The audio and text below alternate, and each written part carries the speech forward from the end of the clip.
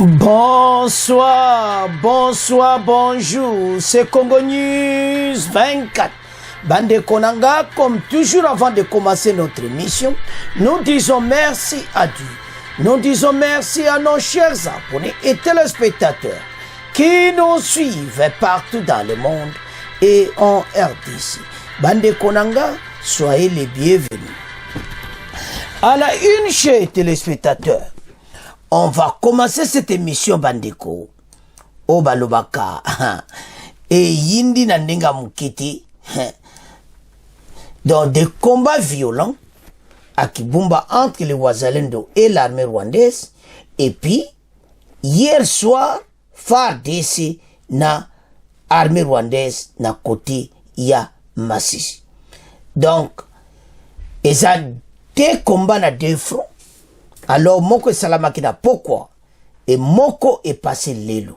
Alors, tous à la connecter, peut-être développer une émission de FARDC, na wazalen de déterminer contre Banguna ou Yuba quitter RDC. Deuxième point chez téléspectateurs. Kagame rejette la mise en garde des USA. Débat à l'ONU. Suivez la France sur M23. Toyoka au France pe balobi na Nations Unies débat zaki a Osaka na ngote. Chers téléspectateurs, émission na bise bandi et comitant sur ensemble la situation politique en RDC. Alors, Baramboka, toko ban émission na bise d'abord na akalmi oezana Masisi et puis bitumba oezala ki ilsu na Butu, c'était hier soir. Dans des collines et pas wapi FARDC ba attaquer qui FARDC landi bango donc ya sakanati.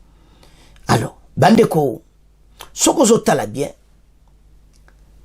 Rwanda azo sala nyonso mais osimbati après wana oya jure leki lelo na wazalendo akibumba porte-parole ya nan bata société civile ya kote wana alobi no ozo le kamena na anti Nyiragongo ki bumba na kote pembe na frontière Rwanda ozo salama Nyiragongo ezali ba Rwande balinga bakatsa na ba minere fu ba banda ko attaquer wazalendo attaquer bangere bani ba base o salami na Nyiragongo bazolinga ba traverser na ba minere déjà chargé na ba camion soto comprendre bande ko situation ezao yo kaka critique. Donc ils ont senga pena ke makambo bakena onoki. Parce que le président rwandais bande ko rapidité moko mikolo azana ngwa ko sakana te abenda ka bilo. Alors, tous féliciter Baramboka ba jeune wazalendo le FARDC na travail kitoko baza ko sala. Problème kaka moko, mais pourquoi on n'avance pas attaquer pour la guerre ici là? Bango balobi quand même il y a des choses où ils ont les cas bisoto ibiti. Mais le plus important c'est qu'il faut en finir à cette guerre. Alors, si koyo l'air baza ko attaquer biso, baza ko profiter pe ko sala ba coopération na bango. Société civile aye ko bimisa ba secret nyonso. Yante sabana mboka était gouvernement toyebe te mokonza mboka bazo sala befort. Mais le problème qui est là, ils ont des peuples makambo ndenge zozo attend la souffrance na kakatono ndegeza. Makambo yo à l'international message yo kani ndenga mukiti. Ba marche le kamikolo o et puis ba congolais partout. Bazoko kenda ba motion na bango pona ko s'exprimer problème na ya mboka parce que ça ne peut pas continuer comme ça. Trop c'est trop. Alors bandeko ce qui toute la situation zomona clairement été ils ont ça la passe. Alors to banda nanu na oeleka kina na Nyiragongo toyoka yango totanga après toyoka pe ndeni oelekaki na FARDC. Des combats violents entre à Kibumba entre les Wazalendo et l'armée rwandaise, Tokoyo Kayango, et puis FARDC et Salamaki, c'était hier soir. Des combats ont repris ce mercredi 21 février entre la coalition FARDC, Wazalendo et les rebelles du M23 appuyés par l'armée rwandaise dans les groupements de Kibumba, Baumba et territoire de Nirangongo. Ces reprises des hostilités interviennent après une tentative d'attaque de M23 mardi dans l'après-midi contre les forces gouvernementales. Des détonations d'armes lourdes et légères ont été entendues ce mercredi jusque dans le groupement de Kibati, une dizaine de kilomètres au nord de Goma. Les quelques taximens motos de Goma qui bravent la peur pour se rendre au nord de Goma, les quelques taximens motos Bandeko à Rutshuru et vice-versa sont bloqués de part et d'autre de l'endroit et se déroulent les affrontements. Il y a des combats qui ont repris ce matin vers Kibaya. Les rebelles M23 ont une fois de plus provoqué les Wazalendo et des détonations d'armes sont entendues dans ma région. Certains habitants déplacent à nouveau, confirme un habitant de Kibati. Pour Mambo Kawaya, président de la société civile, les RDF M23, Bandeko, profitent de ces moments d'affrontement pour faire traverser les minéraux vers le Rwanda. Donc, le président rwandais azana gêné bata kote wana yebi ke comprendre était dans l'air Rwanda. Ils allaient traverser les minéraux. Ils sont en train de faire traverser les minéraux vers le Rwanda en passant par la frontière située à Kabaunga. Depuis ce samedi hier soir, les habitants témoignent avoir constaté la traversée de plusieurs colis de minéraux vers le Rwanda. Vous voyez quoi? Donc, population pénazomona ba colis et Katsa Rwanda. Même si l'ennemi est en train de lancer des attaques sur le front de Kibumba de Sake, l'armée possède des équipements qui peuvent constituer des barrages contre l'avancement des rebelles. L'objectif de l'ennemi en lançant des combats sur plusieurs lignes, c'est de croire que l'armée va dégarnir certaines de ses positions. L'autre objectif est d'étouffer Goma avec cette situation de crise. Et Mambo Kawaya, président de la société civile de Nirangongo, pendant ce temps, une relative accalmie Bandeko est observée sur l'autre ligne de combat, le territoire de Massissi, où des rues d'affrontement se sont déroulées mardi à Ndouma, près de Bweremana. Des éclats d'une bombe lancée par RDF M23 ont blessé une femme qui se rendait au champ. Moi, bazo obligé ba keneka bilanga, ça a choisi.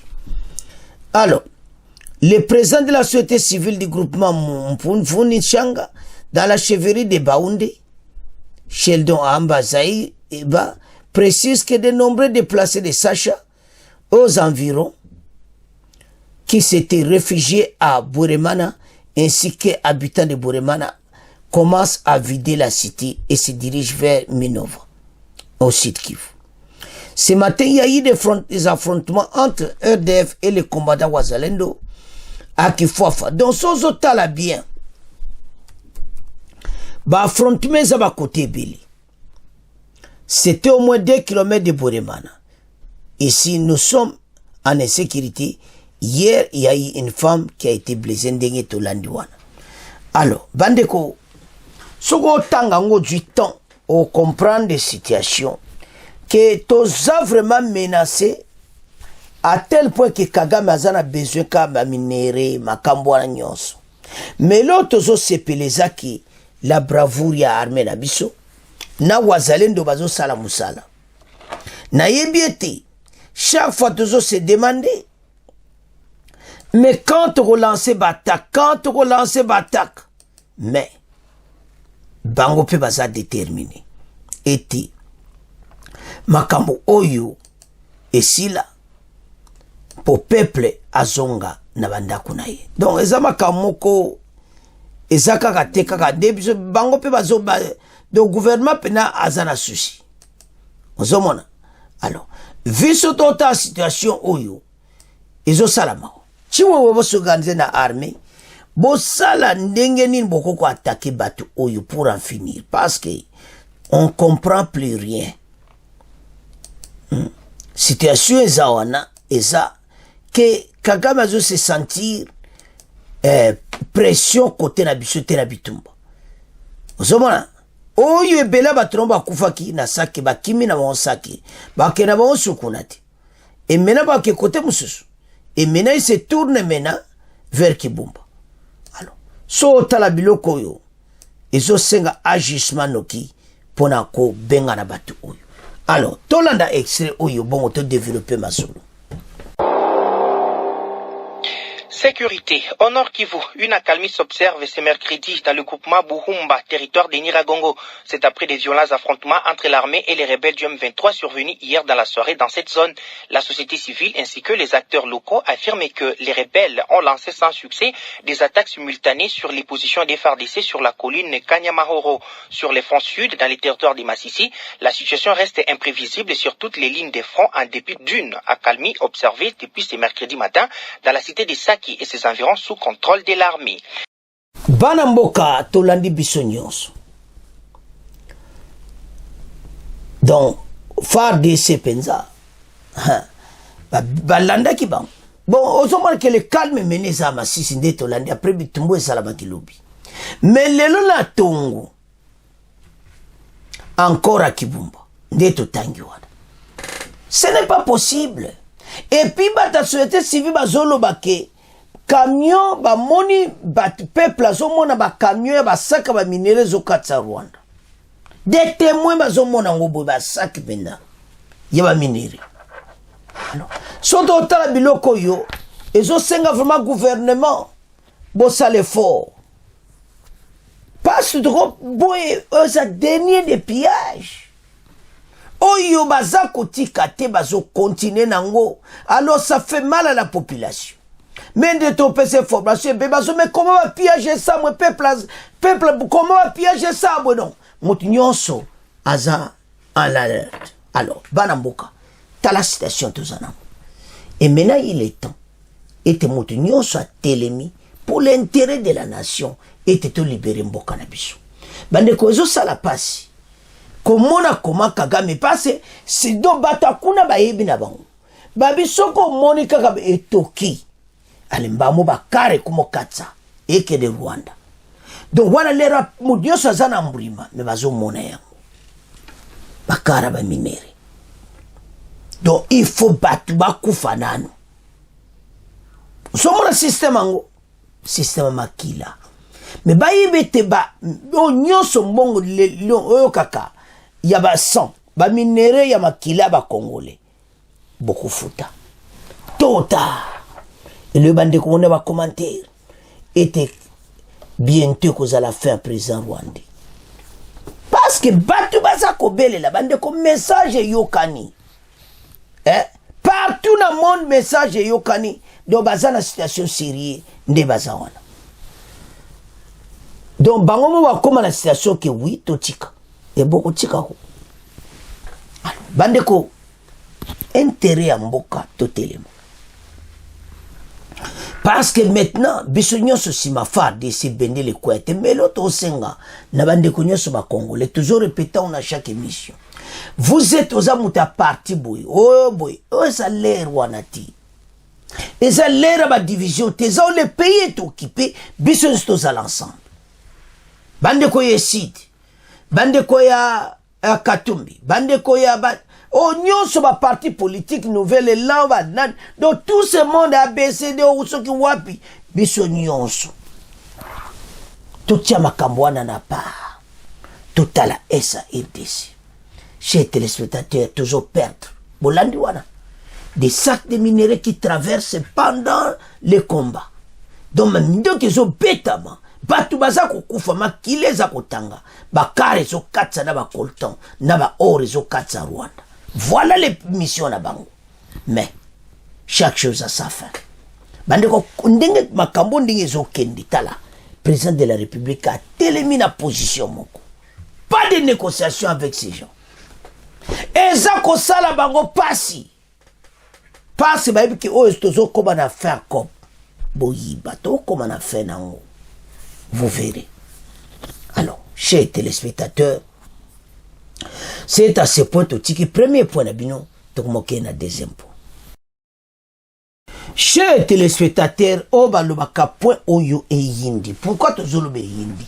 Parce que ça soni pour les États-Unis na ba France bango nyonso. Kagame rejette oyo nyonso USA alobi na yi.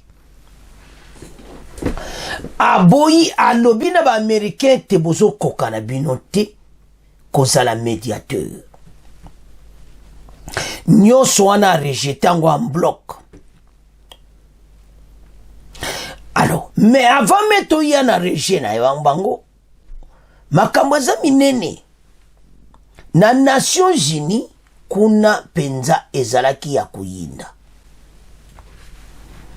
Rwanda alobi boye, ambassadeur na biso na Nations Unies pe alobi.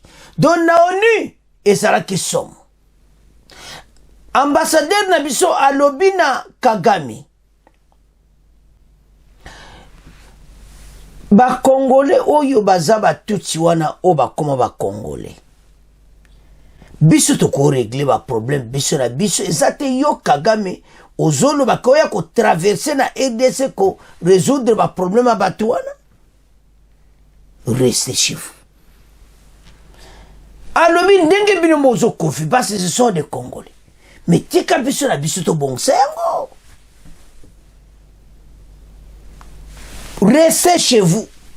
Ambassadeur a yesi bango sona y boza kaka na deux tribus tutsi utu. Bozo monate, boza kuna ba problème. Bino na bino boyoka na kate tutsi utu. Mais biso za na 400 quelques tribus. Mais les 400 wana toza ko se comporter bien toza un problème. Bozo monate. Président Rwandais Mayele Sili. Donc, ndenga zawana komi na problème. Bande ko elega ki ministre affaires étrangères, na ministre mompe na États-Unis pa lobby. Oya biso ambassadeur na Nations Unies à lobby. Mais eloko saliba américain soni na France eza oyo Kagame a piétiné ba demande na bango. Boso mona te qu'il y a quelque chose. Et ça mawa, mais tozo ya nanwana. Tobana ya ambassadeur. Alobi na bango clairement. Parce que débé za la Nations Unies a kosakanati. Après France pe lisusu alobi. Bosomona. Alors, tango France pe alobi. Bosomona teke.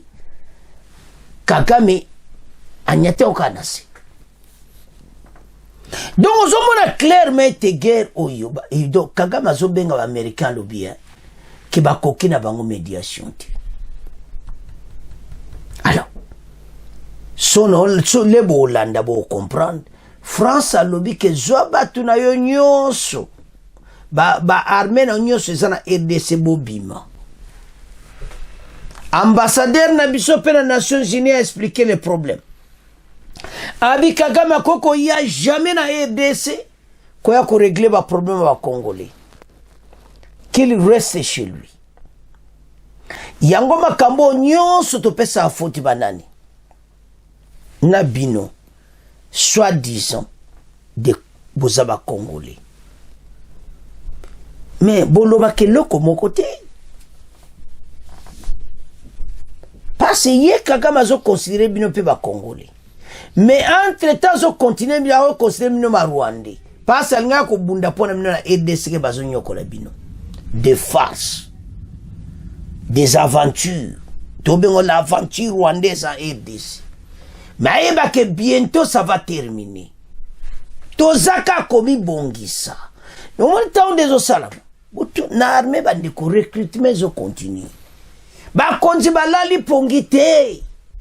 Baza ko entraîner ba soda baza ko continuer formation. Et le minde komoko to tiami to contrôler ba minere na biso. Kagame zo katsa na ba minere na ndinga mukiti. ozomona bien que mene comme l'axe clair mete ba américain bato nyonso ba koka Kagame te. Alors totanga après toyoka en direct débat aux États-Unis oya ambassadeur bongo to avance na maso bandeko. L'heure est grave. Kagame rejette la mise en garde des USA. Débat à l'ONU, la France sur 1,23. Togoyoka France et puis Togoyoka Nen Makamozo les Nations Unies. Samedi dernier, le département d'État américain a critiqué dans un communiqué l'aggravation de cette violence, décrivant RDF 1,23 comme un groupe armé soutenu par les Rwandais. Par le même communiqué, Washington enjoignait au Rwanda le retrait immédiat de tout son personnel des forces de défense rwandaises du Congo. Oyo Kagame a boudé ma belle. Ba Américain va imposer.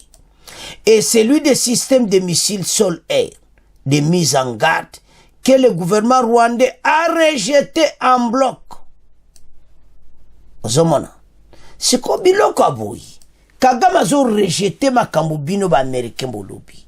Ba français et tout ça. Bon. Bozomona te que tout tourne au rond.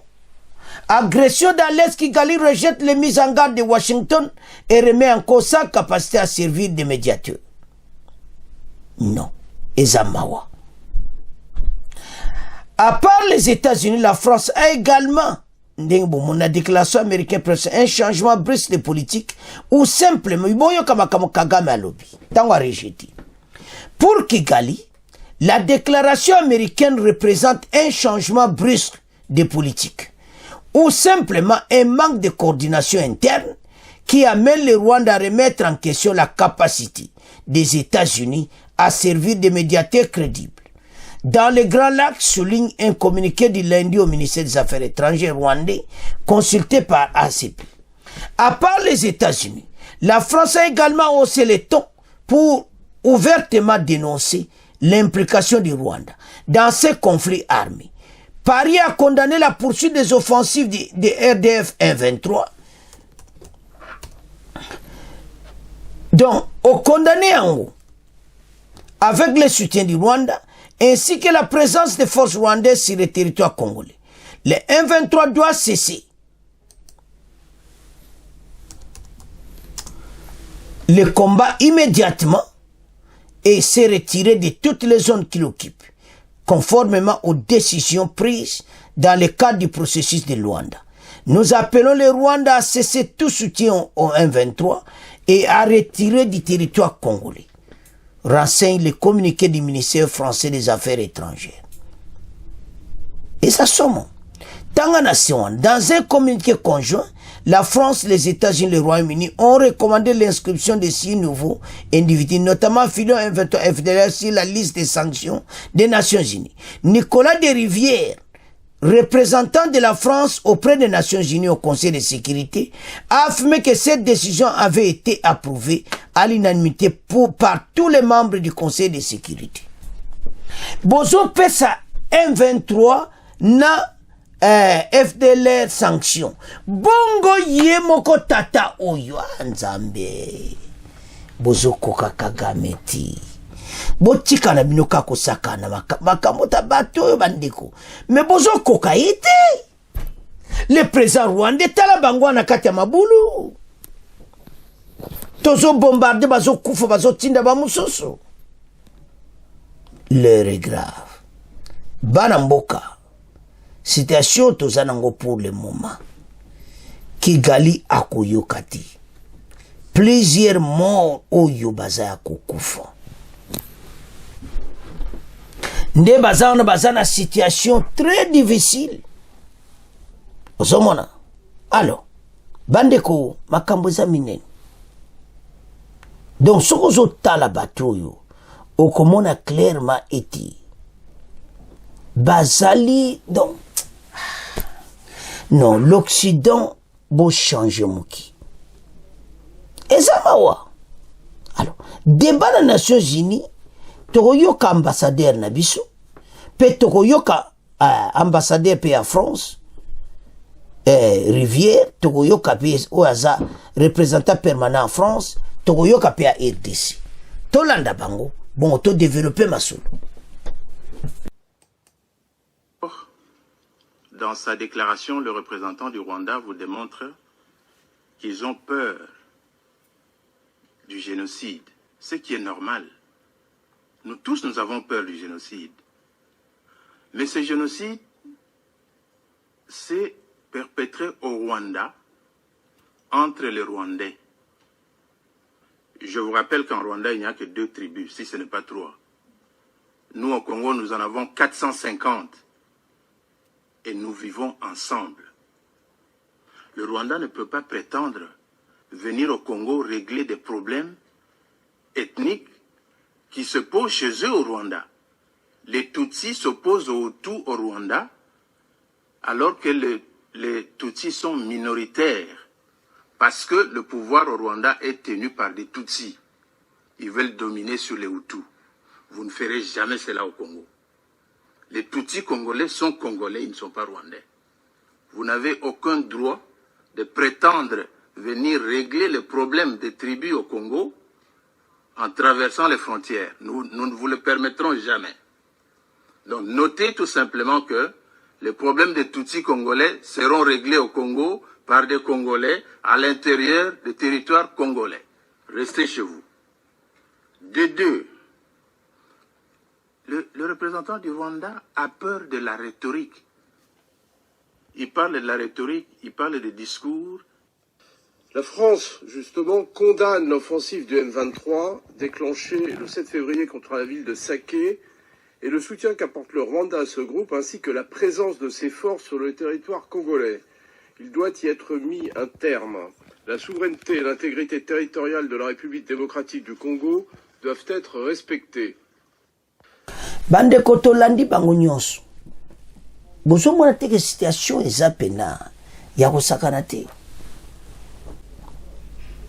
donc bango pena comment Kagame akene ko rejeter décision ya États-Unis décision ya oba France baza ko pesa donc il a rejeté ça et puis Kagame a le courage ya koloba que batwa que ba américain ba kokina ba on kozala médiateur ti donc a rejeté ma kamonyo en bloc que bango ba se retirer na RDC donc attention wanga na kazana kateme après donc na maloba ne moko zo se contredire kazaka na katambo na biso situation ça maintenant comment va koko attaquer batu oyo comment on peut finir avec ces gens pays na biso cette place à théâtre à masoloti oyo bango bazaya basbeti masolo bakosi biso bajuba minere bakenango bakekuna basali makambo na bango non trop c'est trop peuple congolais lève bon se lever parce qu'il faut tellement pona mboka mabele na biso jamais ekokende pa bapaya ozolanda makambo oyo soko landi bango mona pela bolandi ambassadeur na biso alobi boy yo présent Rwanda oya ko régler ba problème ba congolais bani ba tutsi wana ba tutsi baze pana biso baza ba congolais wandenga ambassadeur azoloba mais soki yo yebi ki baza ba congolais biso tozo kokate ko régler yango kaka yolo wakuno ya et puis bino kuna bwaka na 2 tribus les Hutus et les Tutsis mais bozo kokate bino na bino pi boyoka na kati parce que les Tutsis baza minorité la majorité zaba Hutu na Rwanda parce que les Tutsis sont au pouvoir maintenant et c'est bozo yoka non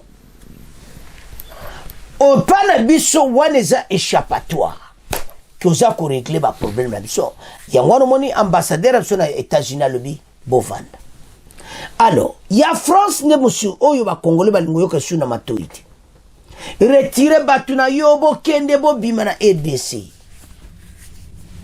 des aventures toza bana mikiti le peuple congolais en a marre de tous ces théâtres. Les théâtres au sein des Nations Unies, les théâtres de la communauté internationale, les théâtres, il y a Union européenne, théâtre des Américains, on en a marre. Quand vous parvenez à prendre des mesures, des sanctions contre RDF 123 et les autres là, mais pourquoi pas prendre des sanctions contre Kagame? Quand vous ne pouvez pas sanctionner Kagame, cela veut dire qu'il y a quelque chose. Les Congolais demandent alors une sanction, des sanctions contre Kagame. Parce que trop, c'est trop. Bandeko, ça fait mal quand je vois tout ceci. Et je salangamao. Comment Kagame a rejeté en bloc? Ah! Kagame, a rejeté ma kaba américain, va penser, Boti kaba jego? Bozo saka anabiso. Entre bozo mona biso soki banani? Non, toyebi. Et puis les dirigeants de la RDC savent tout. Ba jenabino. Makambo bo sala biso ba yebi. Mais il y aura un jour, c'est payé côté les mains. Payé côté les mains. Tozo bunda. Yamba na mboka. Tala. Batu yo. Oyo bazo sala biso lelo. Lobi kozonge la bango. D'une manière d'une autre. Ba kosi biso mingi. Ba sali ba aventure mingi. Ba Congolais marche bo sala message yokani. Partout. On se lève la voix de Batouazo Koufara. RDC, communauté internationale, Bavandinier. Bande Komazali, Banda Bazako Bunda. Bande corruption na Canada. Bakenaki na assemblée na Canada. Tamba na assemblée na Canada, ba expliquer problème. Bango ba ye na kati assemblée. Pe opposition ya canadienne. Ba bani koloba sila. Ndeye nini bakangi miso. Batouazo Koufa na RDC. Tolanda, où il est na Canada, bon auto avance. La présence des membres de la communauté congolaise de Québec qui sont parmi nous aujourd'hui.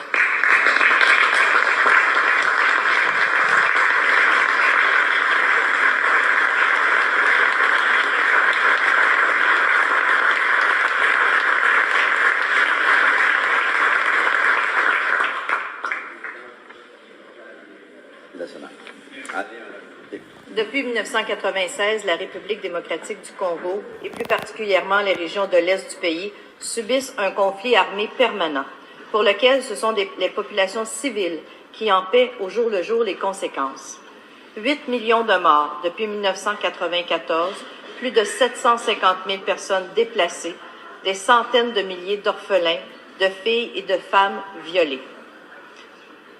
Le Congo-Kinshasa est en proie à un drame humanitaire et sanitaire. Mais c'est l'histoire d'un massacre qui intéresse malheureusement trop peu. Ce conflit dramatique provoque des déplacements forcés des populations, des viols de masse, des pillages et la détérioration des liens intercommunautaires. Tout ça dans le silence de la communauté internationale. Ce matin, notre motion vise à mettre au jour ce conflit. Nous demandons au gouvernement québécois, canadien et à la communauté internationale de s'impliquer davantage dans la recherche d'une solution définitive à cette crise qui paraît sans fin. Il faut que l'on agisse pour la protection des civils, mais aussi pour imposer la paix et désarmer les groupes armés et arrêter le viol comme arme de guerre. Les enfants et les femmes portent l'avenir de ce pays. Sortons du silence, agissons pour que cesse ce massacre.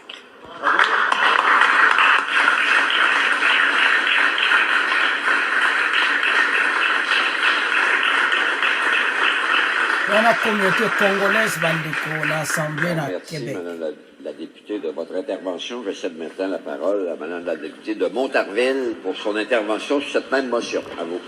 Oui, merci, Monsieur le Président. Vous comprendrez que ma formation politique également tient à saluer les gens qui sont dans nos tribunes ce matin, nos invités. Salutations à vous. Nous avons la chance ici, au Québec, nous avons beaucoup de chance. Nous vivons au sein d'une nation qui valorise les droits humains, une société où notre sécurité et notre intégrité physique sont protégées par nos droits et nos libertés. Cela est ancré dans nos valeurs, ça fait partie de nous. Mais d'autres ailleurs dans le monde n'ont pas cette chance. la population de la République démocratique du Congo est exposée à des actes de barbarie sans nom. Au Québec, nous reconnaissons la valeur inestimable de la vie humaine. Nous avons le devoir de propager cette valeur dans nos actions internationales. Depuis plusieurs mois maintenant, même des années, les Congolais n'ont de cesse de pleurer leurs disparus. Des groupes armés envahissent soudainement des villages, commettent leurs atrocités et s'en vont laissant terreur et carnage dans leur sillage. En mars, nous apprenions que même certains campements humanitaires qui tentent désespérément de venir en aide aux populations éprouvées devaient être abandonnés. Ces installations... Alors, Banamboka, tolandi bandeko na Canada, tolandi la dame, ndenga lobby. Et puis, bango nyonso ba lobby kaka siriango. Comment esa RDC toujours bossa na bo. Batu bazo kufa na Congo. Donc bandeko wana ba betel ba maboko na kati assemblée ndenge bayaki ba congolais bazo bunda partout. Félicitations bandeko a Canada, tozo féliciter musala bosali ya kitoko. Continuez comme ça bandeko na Canada. Donc sali plaisir. Ba congolais nyonso ba betel bino maboko. Tina parlement. Donc dans chaque pays là où nous sommes, allez-y. Même dans l'assemblée na bango saisir.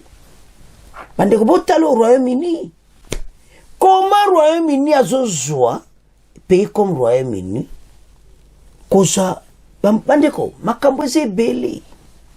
Na RD Congo boko mona bogota, boyoka koma, Royaume-Uni azo tinda Rwanda makaba réfugié au pesa mbongo, mais ezali d'une manière d'une azo collaborer na ennemi. Rwanda c'est ennemi na biso. Tant yo Royaume-Uni azo collaborer na ennemi na biso. Vous ennemi. Mais boke na RD Congo basango télévision boko mona makamba ya ndeme Royaume-Uni eza mawatu. Alors bana mboka tala situation tozana on a pays. Eso senga congolais nyoso a comprendre. Situation tozana ngoto telema pour l'intérêt ya mboka. To continuer jusqu'à ce que to longa bitumba oyo. Et nous allons vaincre. Comment le président rwandais a rejeté en bloc l'Américain au baïso qui va quitter le sol congolais. Lui l'Américain est incapable de cause la médiateur. Wane zali malamute, bamoni ki baza injustice pour baïso va quitter. Mais pour quitter, bandeko pression comme mata. Au monde de votre ça la marche partout. Mais bandeko ne va que na Canada. Pression est au mata. Pression si ba américain. Parce que bango bazali penana France, les deux pays. Il y a 11 ans bango pe mon ça ba déclaration mingi. Batika mboka na biso, retirez vos mains de nos ressources. On sait tout ce qui se passe. Parce que ça fait mal. Congolais azako bunda na ndenge moko pona mboka na ye ekene liboso. Mais au mona un groupe abatu basala association ba benda kaba minere na biso. Non, trop c'est trop. Alors, bana mboka botala makama ondenge kei. Ezako sala mawa mais biso to telema. Bende le koya te farde, c'est allez-y de l'avant to convaincre bitumba. Alors, bana mboka c'est à ce point comme clôturer mission la mission. Si on a s'abonner, bon partager. Au revoir. À la prochaine.